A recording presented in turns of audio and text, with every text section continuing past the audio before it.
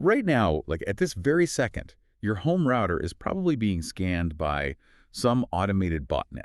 And it's not because you're some high-value target or anything. It's really not personal at all.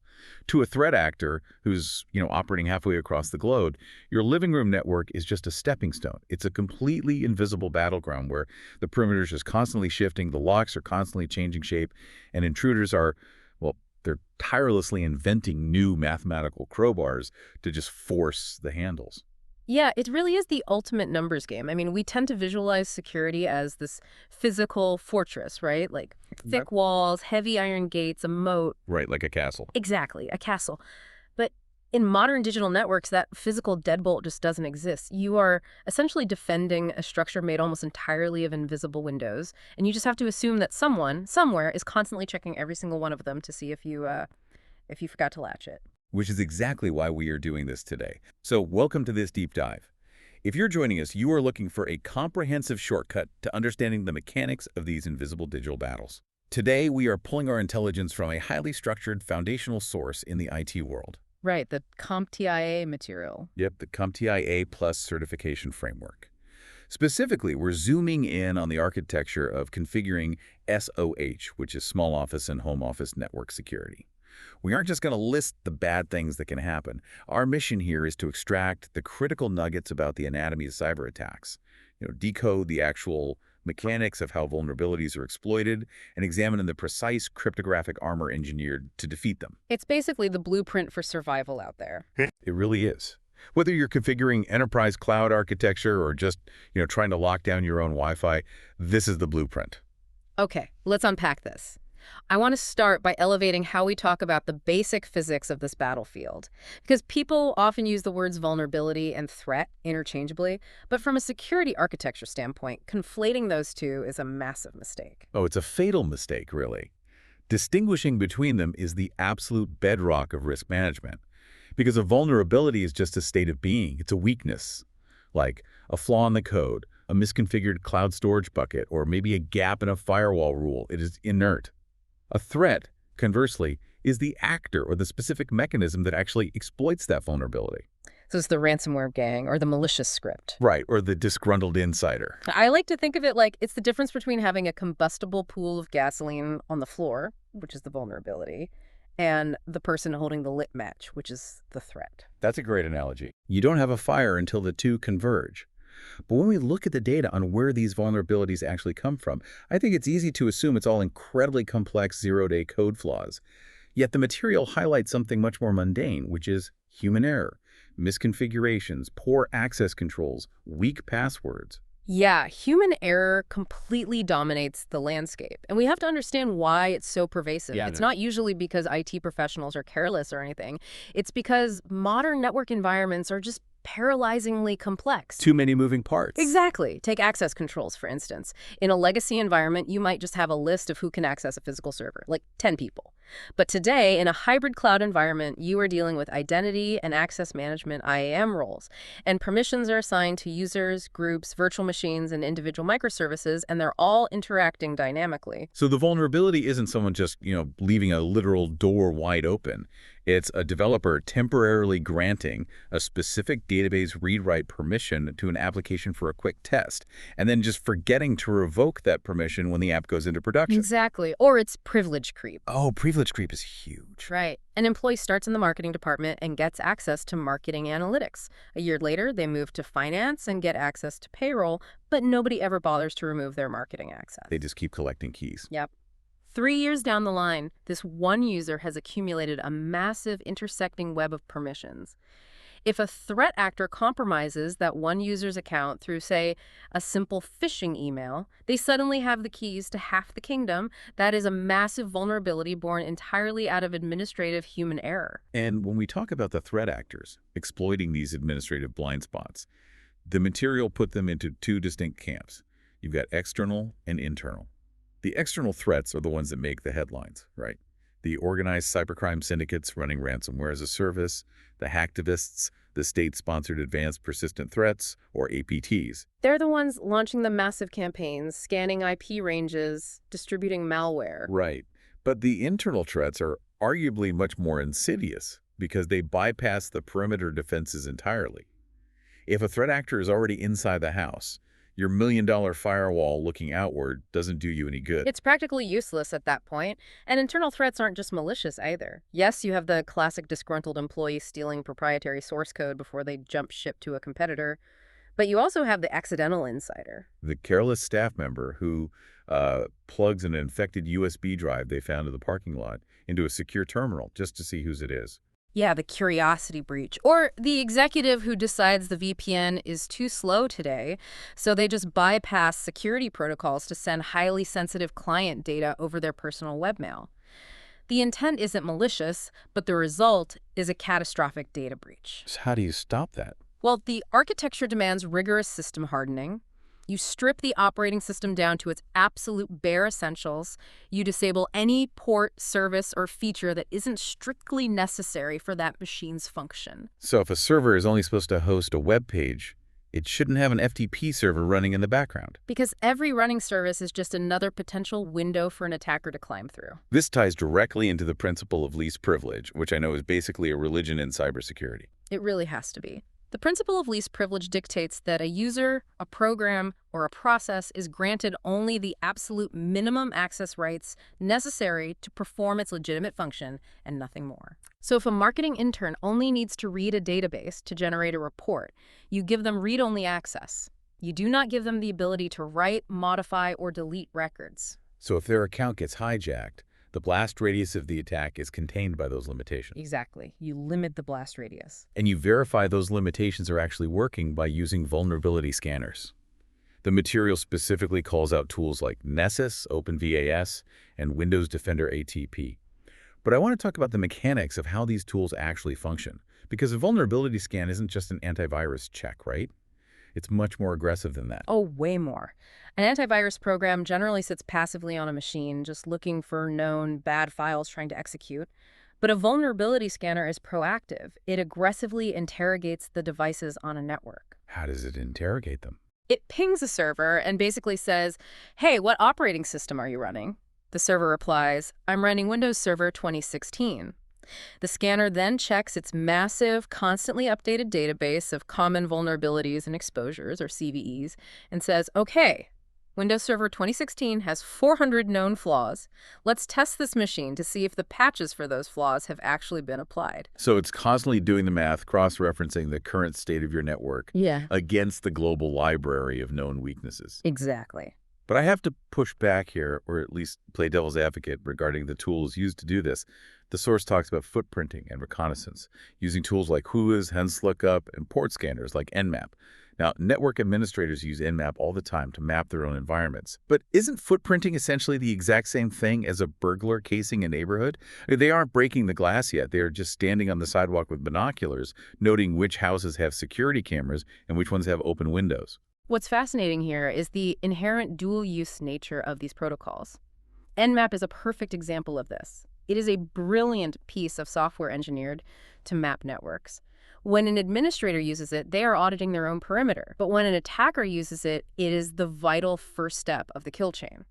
Let's look at how Nmap actually works at the packet level to understand why it's so powerful. Yeah, I'd love to know. How does it actually see what's going on inside a server without even logging into it? It exploits the fundamental rules of how computers talk to each other, specifically the TCP three-way handshake. Normally, when your computer wants to talk to a web server, it sends a SYN packet, a synchronization request, basically saying, "Hello, can we talk?" Okay. The server replies with the SYN ACK, which means, "Yes, I acknowledge, we can talk." And then your computer sends an ACK saying, "Great, here's my data." It's literally a digital handshake. Exactly.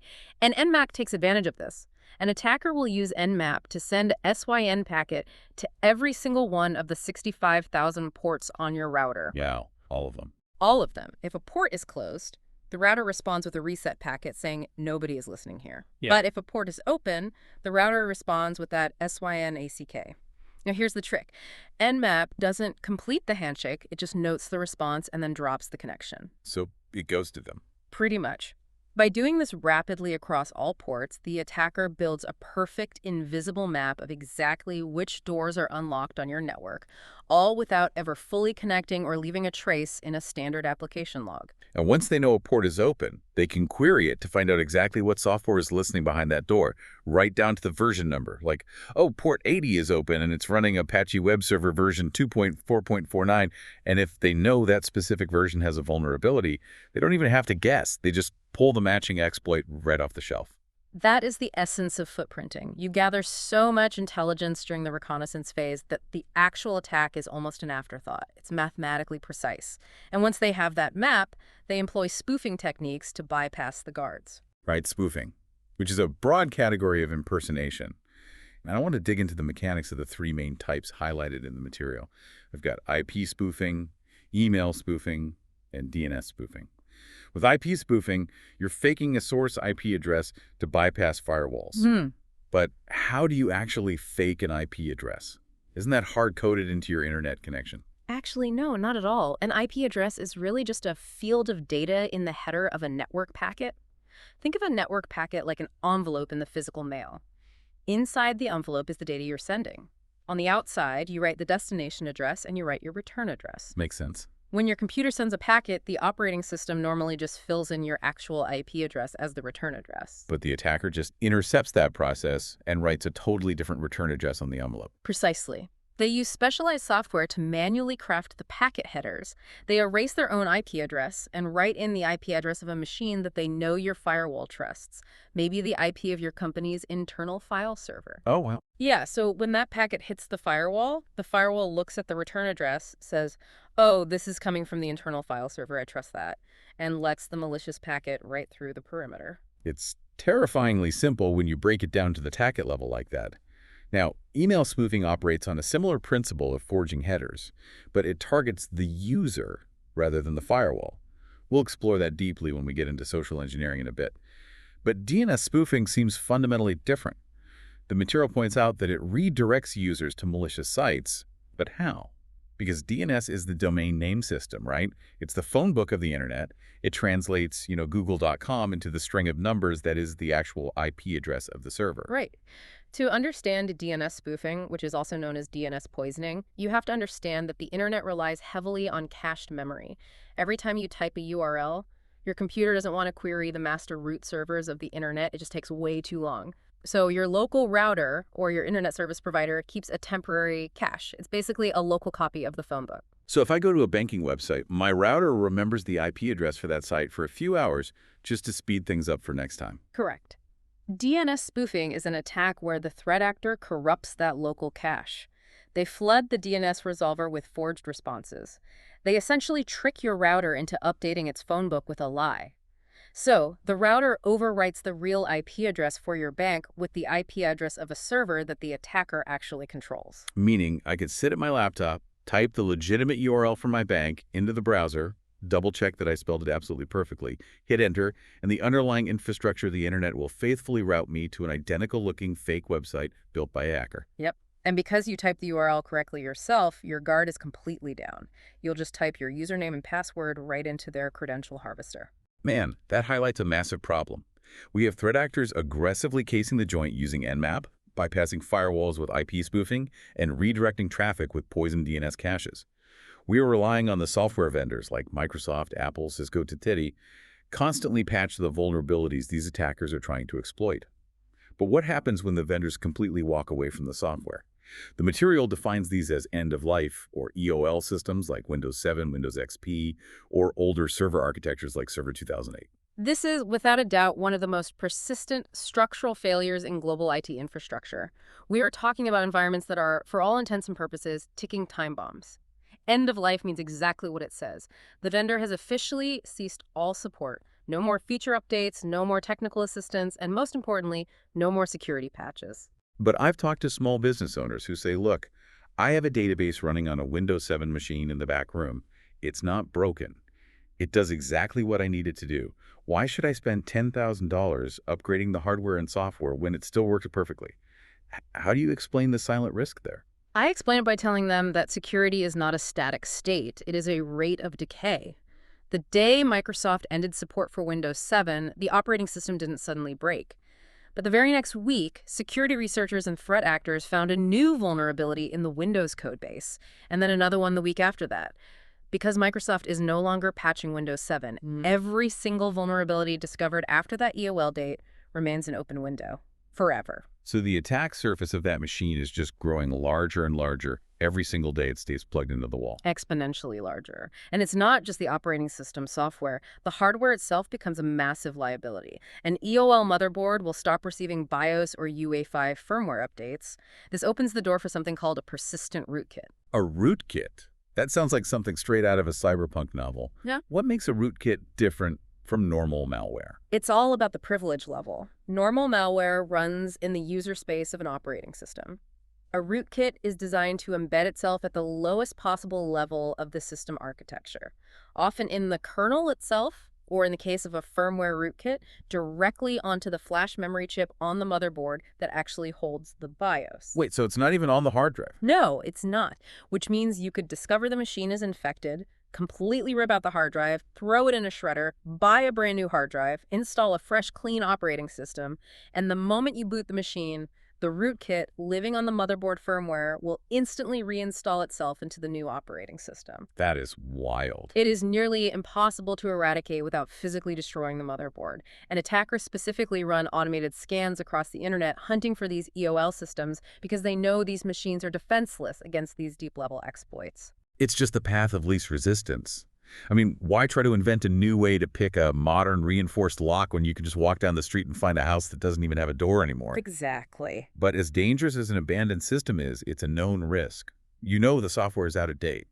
The threat that truly keeps cybersecurity architects awake at night is the unknown risk, the zero-day vulnerability. The zero-day is definitely the apex predator of the digital ecosystem.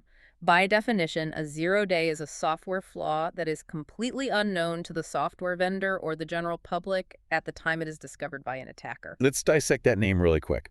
Zero-day. It means the developer, whether it's Apple, Google, or an open source community, has had exactly 0 days to prepare a defense, 0 days to write a patch, and 0 days to warn the world. The material outlines a 5-step life cycle of a zero-day, and I want to spend some time here because the power dynamics are just staggering. Let's do it. Step 1. The vulnerability is discovered. But it's not discovered by a helpful researcher who submits a bug report. It's discovered by a threat actor or an underground broker.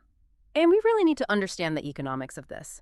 Finding a zero-day in a ubiquitous piece of software like iOS or Windows requires an immense amount of skill. You are reverse engineering compiled code looking for really obscure memory leak vulnerabilities or buffer overflows. Because it is so difficult, a functional zero-day exploit for an iPhone can sell for millions of dollars on the black market or to nation-state intelligence agencies. Millions. Wow. That transitions right into step 2. A method to exploit the vulnerability is created. Finding the hole is one thing, but building the ladder to climb through it is another. They weaponize the flaw. Right, they write the specific payload, the malicious code that successfully leverages the flaw without crashing the system. It has to be stable and reliable. Which leads to step 3, which is the most dangerous phase. Cybercriminals leverage the vulnerability to cause damage. This is the active deployment out in the wild. And the terrifying part is that nobody knows it's happening. Because there is no patch, the victim systems think everything is operating completely normally. This phase can last for days, months, or even years in highly sophisticated espionage operations. The threat actors use the zero-day to quietly siphon data, establish backdoors, or deploy ransomware across entire enterprise networks. Then we hit step 4. The vulnerability is finally discovered by the software vendor. Usually because a cybersecurity firm notices anomalous behavior on a network and reverse engineers the malware they capture. At this point, the clock starts ticking for the vendor. It is a massive crisis management scenario. They have engineers working around the clock to understand the flaw, rewrite the underlying code to fix it, and test the fix to ensure it doesn't break the rest of the software. And finally, step 5. A patch is released by the software vendor. The hole is plugged. But the damage inflicted during step 3 is already done. The data is already stolen, the system was already compromised. And, we have a prime historical example that illustrates just how devastating a zero-day can be, which is the Stuxnet worm. Stuxnet fundamentally changed how the world viewed cybersecurity. Before Stuxnet, malware was mostly used for digital theft, espionage, or just, causing digital chaos. Stuxnet was the first time malware was designed to cause catastrophic physical destruction to heavy machinery. It targeted the Iranian nuclear enrichment program at Natanz. And it didn't just use one zero-day. It was an unprecedented arsenal. It reportedly utilized 4 separate Microsoft Windows zero-day vulnerabilities simultaneously. 4 of them. 4. That is an astronomical investment of resources. Think about the millions of dollars we just discussed for one zero-day. Stuxnet burned 4 of them in a single campaign. But the real genius and horror of Stuxnet was its hyperspecificity. It didn't just attack any computer it infected. Right, because it had to cross the air gap. The nuclear facility wasn't even connected to the internet. So Stuxnet used a zero-day vulnerability in how Windows handled shortcut files on USB drives to jump from the internet to a contractor's laptop and then physically into the secure facility via a USB stick. Someone literally walked it in. Unknowingly, of course. Right. And once inside, it quietly spread, looking for a very specific target. Siemens Step 7 software running on a Windows machine that was directly connected to a specific model of programmable logic controller, a PLC. And a PLC is basically the industrial computer that tells physical machinery what to do, right? Exactly. If Stuxnet didn't find that exact configuration, it went dormant. It did absolutely nothing.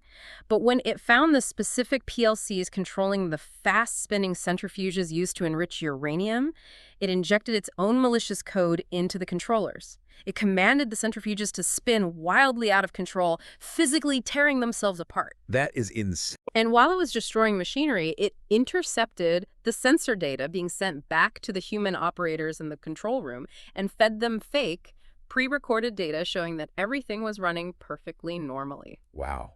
Expert speaker, this raises an important question.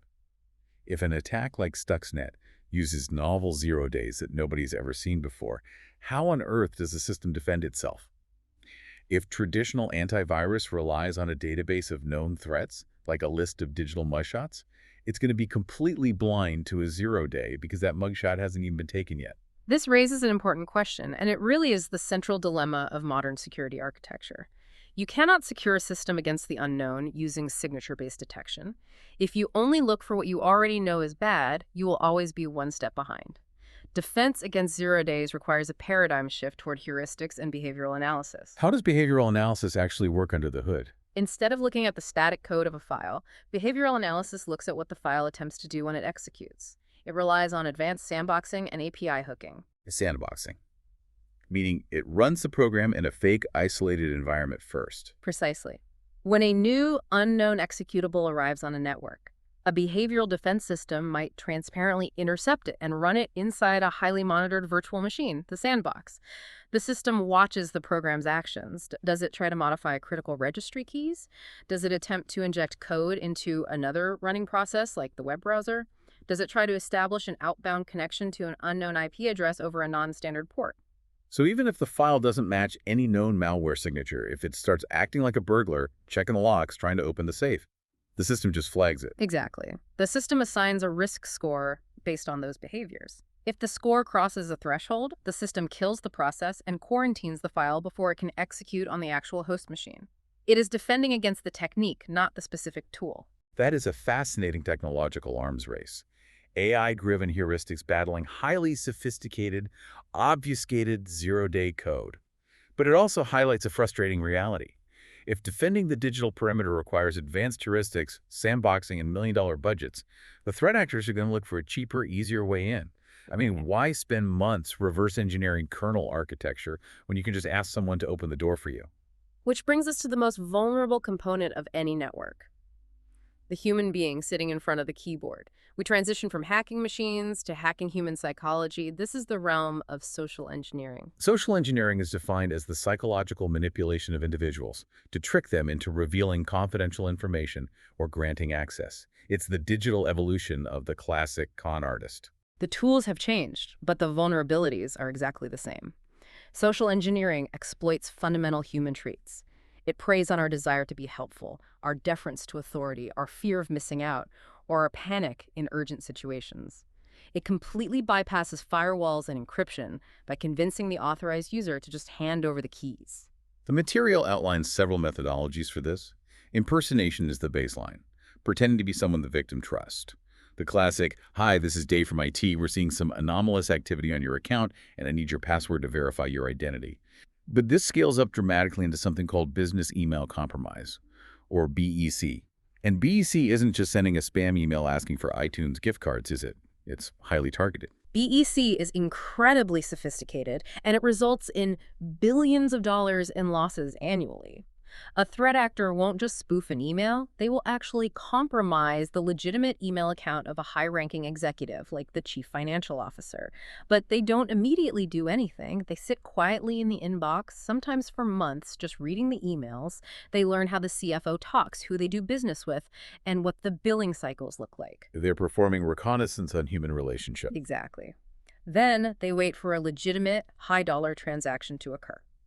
Let's say the company is purchasing a new warehouse. On the day the multi-million-dollar wire transfer is supposed to go out to the title company, the threat actor strikes. They use the CFO's actual email account to reply to the ongoing email chain, but they say, "Hi everyone, there's been a slight issue with the title company's receiving bank. Please route the wire transfer to this new account number instead." And because it comes from the real CFO's email, replying to a real existing email thread, the accounts payable department doesn't even question it. They update the routing number, send the millions, and the money vanishes into an offshore account. It is devastatingly effective. And that relies on account compromise. But the broader, more pervasive tactic is phishing.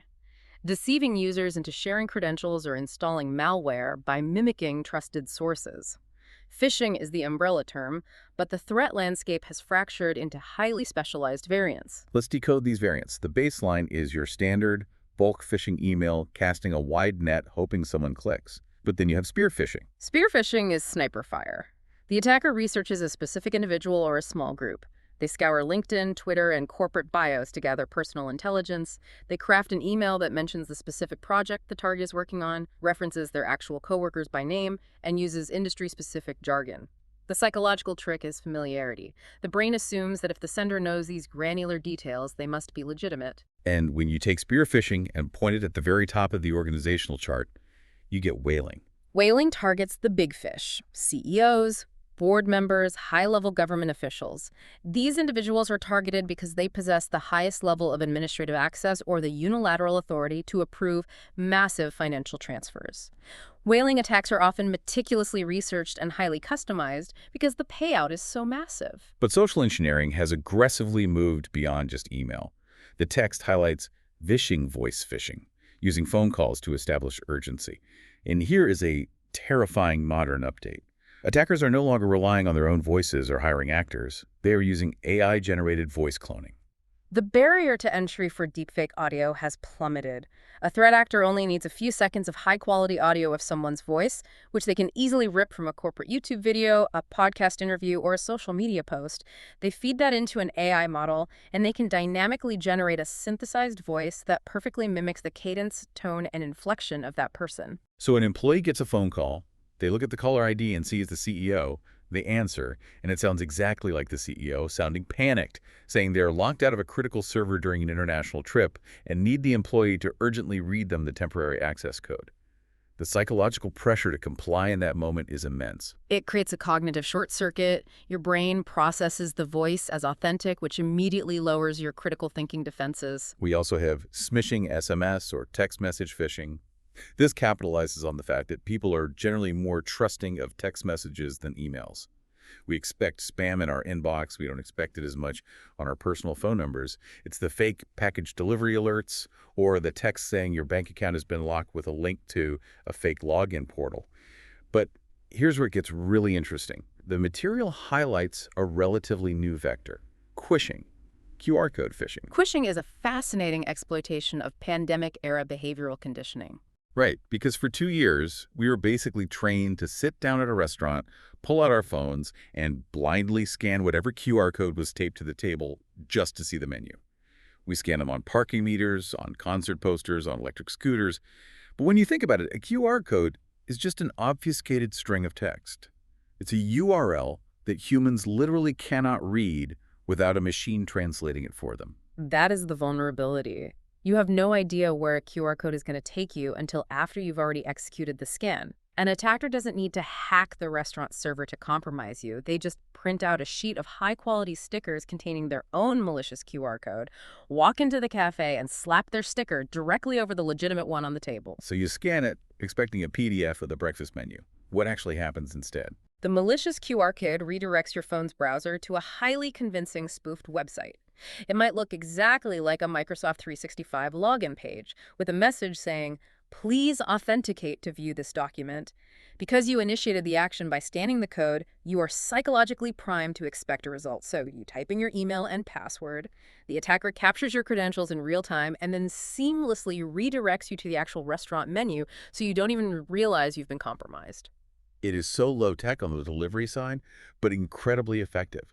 So how do we actually train people to defend against this entire spectrum of social engineering?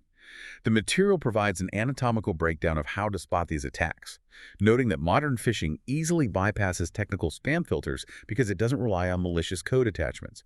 It relies on manipulating the user. What are the specific red flags? You have to train users to look for the psychological triggers before they look at the technical details. The primary red flag is a false manufactured sense of urgency. Your account will be deleted in 24 hours. This invoice is past due and going to collections. Urgency forces you to act before you think.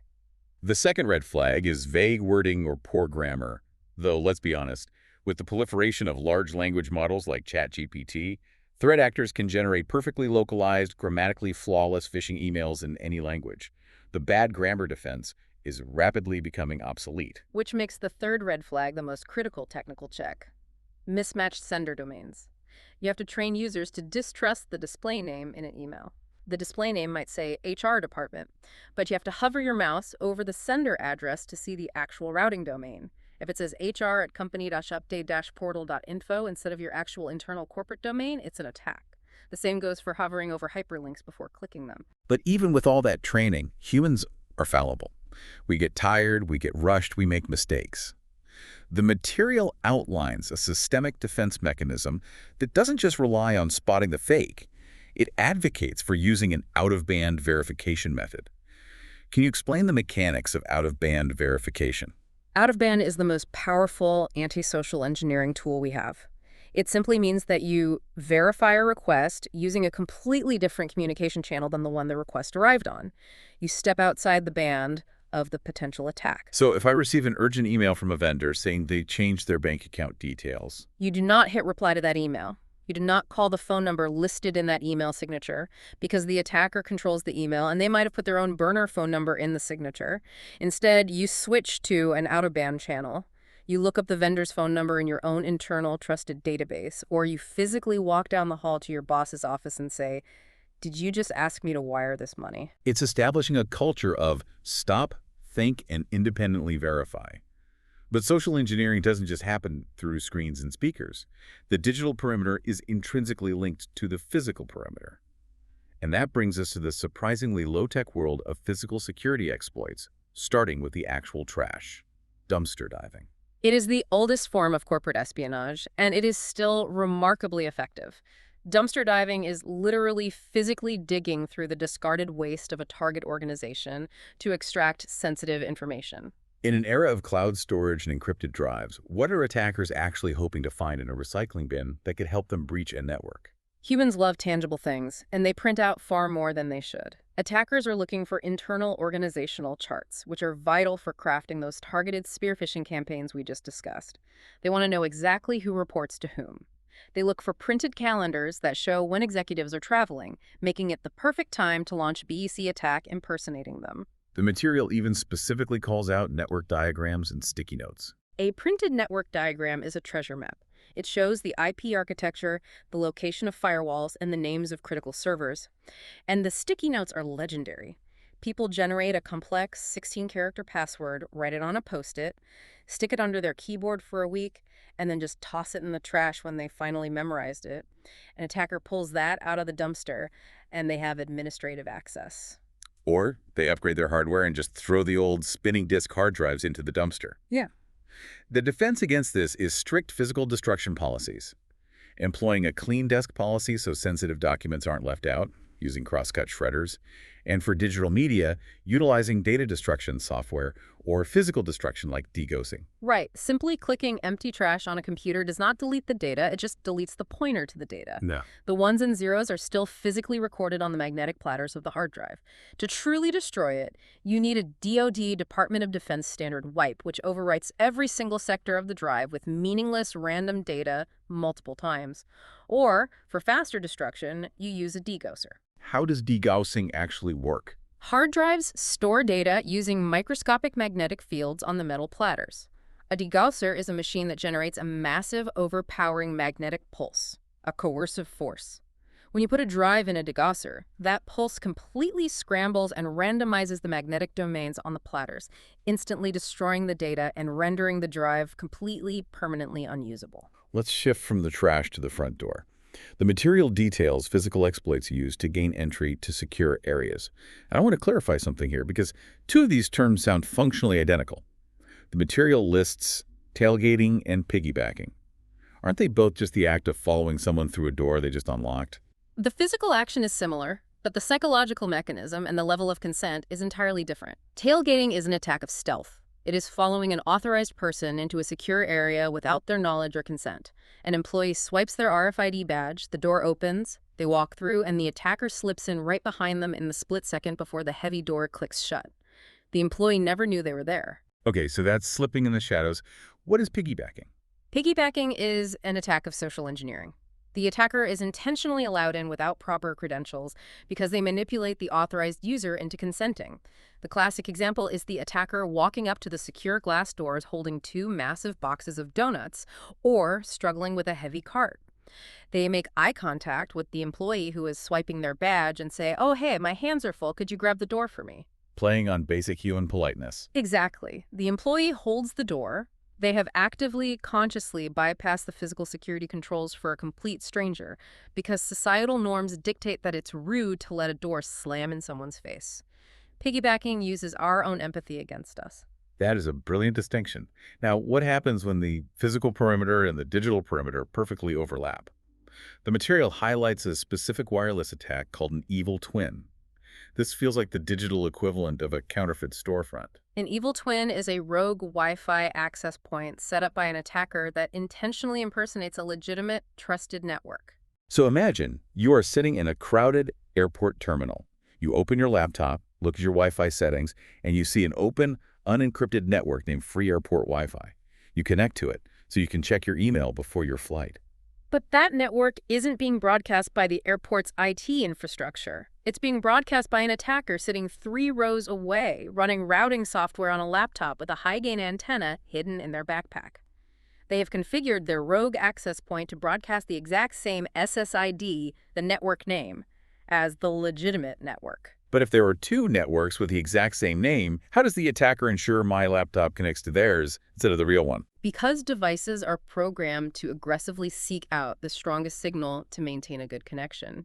Since the attacker is sitting just a few feet away from you, their rogue signal is mathematically stronger than the real access point mounted on the ceiling 100 feet away. Your laptop automatically connects to the stronger signal. And some attackers will even send out forged deauthentication frames, basically sending a digital shout that forces every device in the area to briefly disconnect from the real network, ensuring that when they reconnect, they grab onto the stronger evil twin. And once I am connected to that evil twin, they have established a man-in-the-middle position. All of my web traffic, every URL I visit, every unencrypted password I send, is flowing directly through their laptop before it hits the internet. They own the routing pathway. They can intercept data, steal session cookies, or actively inject malicious scripts into the web pages you are viewing. The mitigation for this is simple but crucial. Avoid public Wi-Fi. But realistically, people have to work while traveling. The material emphasizes that if you must use untrusted networks, you absolutely have to use a VPN, a virtual private network. Why does a VPN defeat an evil twin? Because a VPN fundamentally alters the nature of the data, leaving your device through a process called encapsulation and tunneling. When you activate a VPN, it creates a secure, mathematically encrypted tunnel between your laptop and a trusted VPN server out on the internet. So even though my traffic is physically flowing through the attacker's evil twin router. It doesn't matter. The attacker intercepts the packets, but because of the VPN, the payload inside those packets is scrambled, heavily encrypted ciphertext. The attacker can see that you're sending data, but they cannot see what the data is, what website it's going to, or what passwords it contains. The evil twin is rendered completely blind to the actual contents of your traffic. That perfectly transitions us into the mechanics of how attackers try to break that encryption, or, more commonly, how they break the locks on the databases where our credentials are stored. Let's delve into the mathematics of cracking the code. We'll start with password attacks. The material lists a spectrum of methods, starting with the most basic, plain text theft. Plain text theft is almost embarrassing in modern architecture, but it still happens. This is when an attacker intercepts passwords that are transmitted across a network completely unencrypted. For example, if a user logs into an older website running on HTTP instead of HTTPS, or uses an outdated FTP server. The password literally travels across the wires as the word password123. If an attacker is sniffing the network, they just read it like a postcard. No hacking required. But thankfully, most modern systems don't transmit or store passwords in plain text anymore. They use hashes. The material dives deep into password hash cracking. Before we talk about the cracking, we have to establish what a hash actually is. How is it different from encryption? That is a vital distinction. Encryption is a two-way street. You scramble data with a key, and you can decrypt it back to its original form with a key. Hashing is a one-way street. A hashing algorithm like MD5, SHA-1, or SHA-256 is a complex mathematical function that takes an input of any size, like a password, and scrambles it into a fixed-length string of seemingly random characters. So when I create an account and set my password to CoffeeCup88, the server doesn't save that word. It runs CoffeeCup88 through the math equation, and it spits out a string of 64 random letters and numbers. It saves that hash in the database. Correct. And because it's a one-way mathematical function, it is virtually impossible to reverse the equation. You cannot look at the 64-character hash and mathematically calculate that the original word was CoffeeCup88. Okay, so when I come back the next day to log in, how does the system know it's me if it doesn't know my password? When you type CoffeeCup88 into the login box, the system takes that fresh input, runs it through the exact same hashing algorithm in real time, and generates a new hash. It then compares that new hash to the hash stored in the database.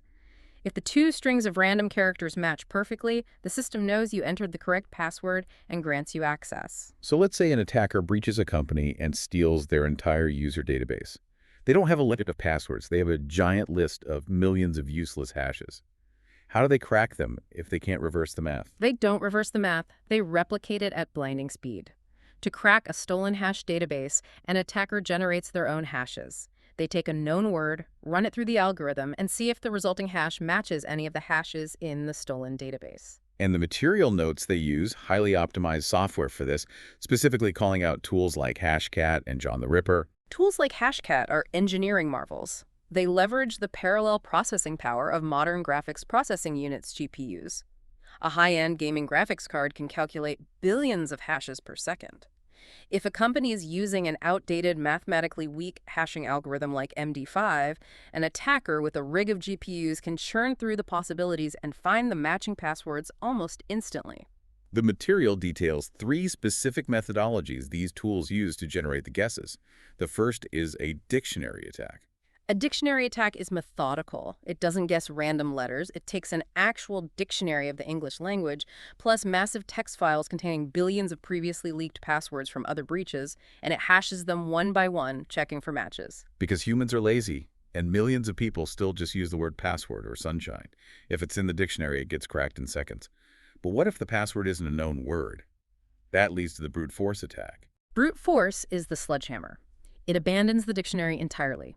It simply instructs the GPU to systematically calculate every single possible combination of characters. It starts with A, then B, then C, then it moves to AB. It tests every letter, number, and special character. Mathematically, a brute force attack is guaranteed to eventually find the password. But the defense against brute force is time. If a password is long enough, calculating every possible combination could take thousands of years, even with supercomputers. Which is why attackers use the third method, the hybrid attack. A hybrid attack recognizes that human behavior is predictable. We are told to make passwords complex, so we take a dictionary word and we tack a number and a symbol onto the end. A hybrid attack takes the dictionary word Boston, and instead of just testing that, it uses brute force rules to append variations.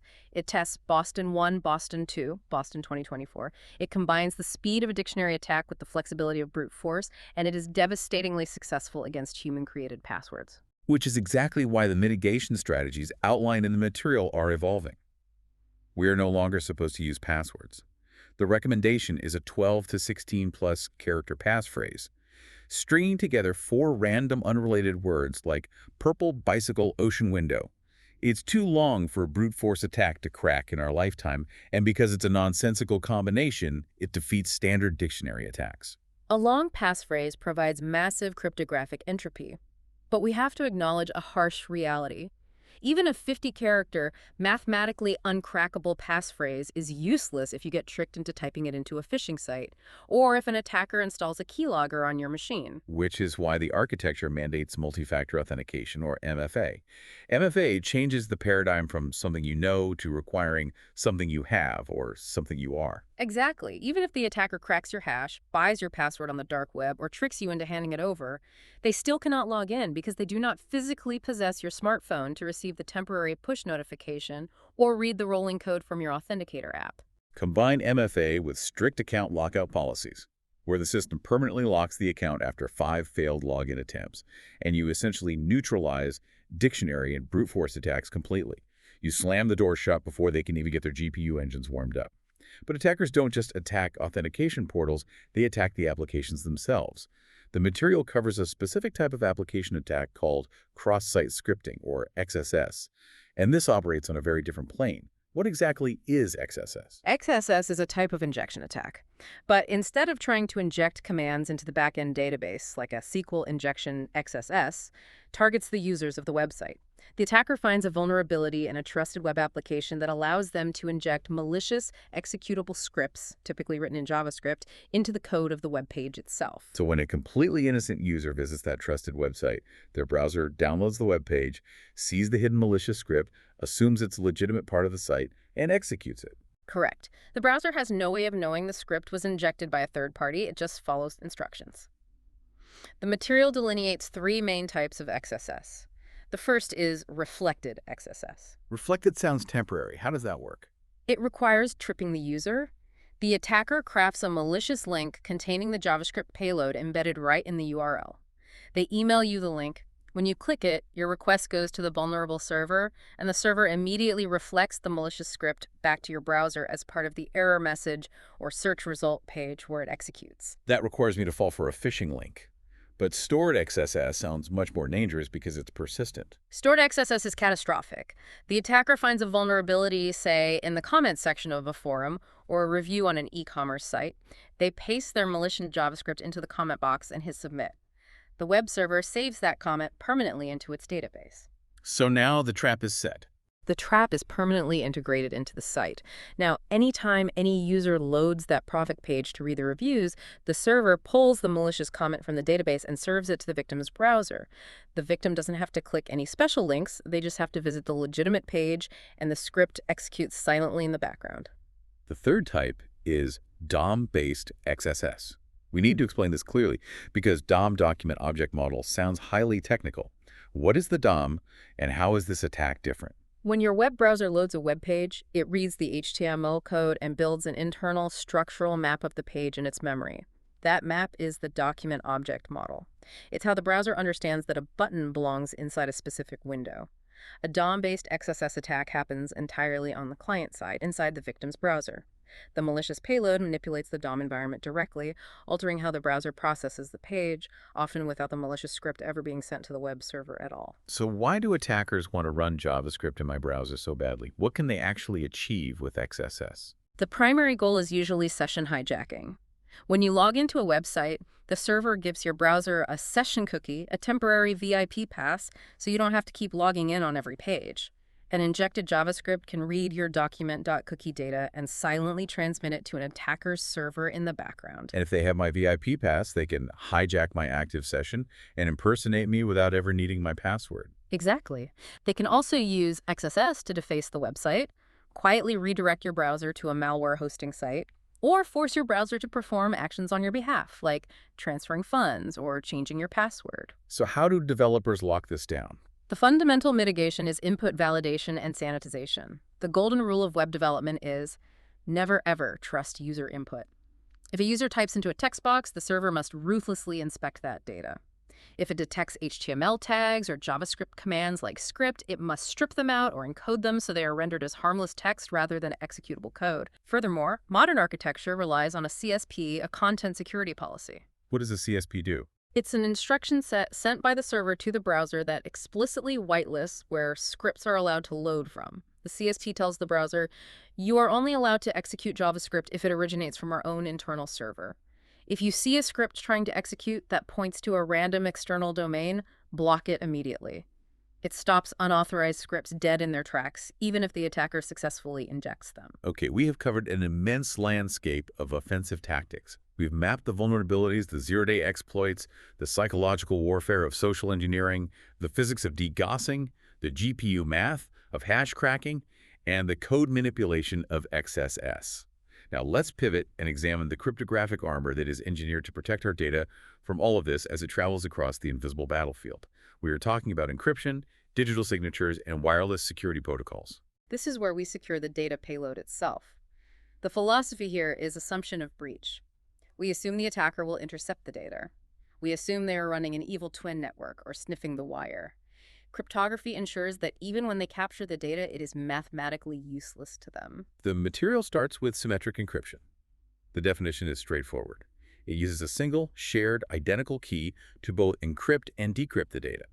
If I want to send you a secure file, I lock it with my key, and you use your identical copy of that same key to unlock it.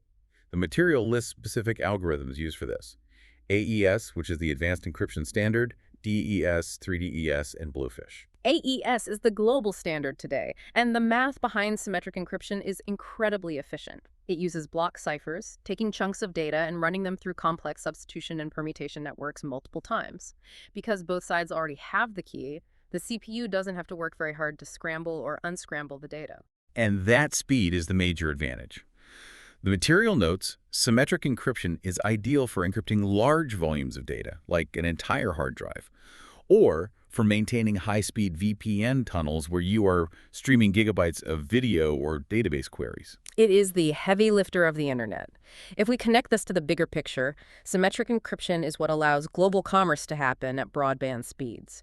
However, the massive structural disadvantage here is the key distribution problem. Right, the logistics of the single key. Exactly. If we are on opposite sides of the planet and we want to communicate using symmetric encryption, how do I securely get that single key to you in the first place? If I email it to you in plain text, an attacker sniffing the network will intercept the key. And if they possess that single shared key, the entire system collapses. They can decrypt every secret message I send you, and even worse, they can encrypt their own malicious messages and pretend they came from me because they have the exact same key I do. Which introduces the absolute genius of asymmetric encryption, which powers digital signatures. Asymmetric encryption completely solves the key distribution problem by using a mathematically linked pair of keys, a public key and a private key. The mathematics here, largely based on the extreme difficulty of factoring massive prime numbers, revolutionize cryptography. You generate a key pair, you keep your private key fiercely guarded on your own machine, it never leaves, but you broadcast your public key to the entire world. You put it on your website, you attach it to your emails. The trick is that what one key locks, only the other key can unlock. Precisely. If someone wants to send me a secret message, they use my widely available public key to encrypt it. Once it's encrypted with the public key, it cannot be reversed. The only thing in the universe that can decrypt that message is my mathematically linked private key, which only I possess. But the material focuses on how this architecture is used in reverse to create digital signatures. A digital signature is created using the sender's private key, and it's verified by the receiver using the sender's public key. The material explicitly states that a digital signature provides 3 guarantees: authenticity, integrity, and non-repudiation. Let's break down the mechanics of those 3 pillars. Let's say a software vendor wants to send me a critical operating system patch, and they want to guarantee it's safe. First, the vendor takes the software patch and runs it through a hashing algorithm, generating a unique digital fingerprint of that specific code. Then the vendor takes that hash and encrypts it using their highly guarded private key. That encrypted hash is the digital signature. They append it to the software file and send it to you. Okay, I receive the file, I have the software, and I have this encrypted signature attached to it. How do I verify authenticity? You take the vendor's known public key and you use it to decrypt the signature. If the public key successfully decrypts it, you have absolute proof of authenticity. Because the math dictates that the public key can only unlock something encrypted by the corresponding private key, beyond a shadow of a doubt that the signature was generated by the vendor. Nobody else could have faked it. That proves who sent it. But what about integrity? How do I know an attacker didn't intercept the file in transit and inject a rootkit into the software? When you decrypt the signature, the payload inside is the original hash of the software that the vendor created. To verify integrity, you take the software file you just received and run it through the hashing algorithm yourself. You generate your own hash. Then, you compare your hash to the decrypted hash from the vendor. If an attacker altered even a single line of code in transit, the avalanche effect of the hashing algorithm ensures your new hash will look completely different. If the hashes match perfectly, you have cryptographic proof of integrity. The file is exactly as it left the vendor. And what about non-repudiation? That's a heavy legal term. Non-repudiation ties it all together. Because the vendor's private key is the sole mechanism capable of creating a signature that their public key can verify, the vendor cannot mathematically or legally deny that they signed and sent that file. They cannot claim, oh, someone forged our signature. It is irrefutable proof of origin. This is why the material notes digital signatures are foundational for secure software distribution, secure email protocols like SMoney and PGP, and legally binding digital contracts. It's an incredibly elegant mathematical dance. Finally, the material brings all this high-level cryptography home, literally, by applying it to configuring SOHO router security, specifically looking at wireless security protocols. It traces the evolution through WPA2, CCMP, and TCAP. So what does this all mean for the device sitting in my living room? Is it basically that WPA2 is the mandatory standard? It utilizes the AES symmetric encryption we discussed to hide the data, and it relies on CCMP, which replaced the older, easily cracked TCAP protocol to handle the complex key management and ensure data confidentiality and integrity over the airwaves. That is the exact architectural summary. WPA2 Wi-Fi Protected Access 2 was developed to mandate the use of AES encryption because the older protocols were fundamentally broken. And the engine that drives that AES encryption over a wireless connection is CCMP. CCMP is brilliant because it provides authenticated encryption. It doesn't just scramble the data, it uses a four-way handshake and cryptographic message integrity codes to ensure that the data hasn't been tampered with in transit and that the devices communicating are genuinely authenticated to the network. It protects you from replay attacks and ensures that an attacker outside your house can't just inject malicious packets into your Wi-Fi stream. It is staggering to realize how much invisible, highly complex cryptographic architecture goes into the simple act of smartphone connecting to a Wi-Fi router to download an email. It is the culmination of decades of a constant high-stakes arms race. Attackers invent a new method to bypass a control, and security architects invent a new mathematical protocol to neutralize the attack. Well, we have covered an immense expanse of that battlefield today. We started by defining the crucial distinction between static vulnerabilities and the active threats that exploit them, highlighted the complex role of human error and IAM misconfigurations. We examined the terrifying reality of end-of-life hardware and persistent rootkits, and broke down the devastating life cycle and economic power of zero-day exploits like Stuxnet. We explored how attackers pivot to hacking the human psyche through sophisticated BEC, AI-cloned phishing, and the physical exploits of dumpster diving and piggybacking. We decoded the mechanics of evil twins and hashcat GPU cracking, and finally, we walked through the elegant mathematics of symmetric block ciphers, public key infrastructure, and the CCMP protocols that armor our data. But I want to leave you, our listener, with a final speculative thought to ponder, building directly on the convergence of the technologies we've explored today. The material specifically highlights the rise of AI-generated voices for social engineering attackers, perfectly cloning human voices to bypass our innate trust mechanisms. And we extensively discussed zero-day exploits, meaning our advanced heuristic software and sandboxes cannot always be trusted to catch a novel intrusion. If we are entering an era where AI can perfectly spoof the voice of your CFO or your family member on the phone, and zero-day exploits mean our digital security layers are inherently fallible, are we approaching a future where the only true security left is entirely analog? a future where the digital senses are so easily manipulated that every significant request, a corporate wire transfer, a critical password reset, or an emergency request for help, cannot be trusted digitally and requires physical, real-world, face-to-face verification. It is a profound and unsettling question.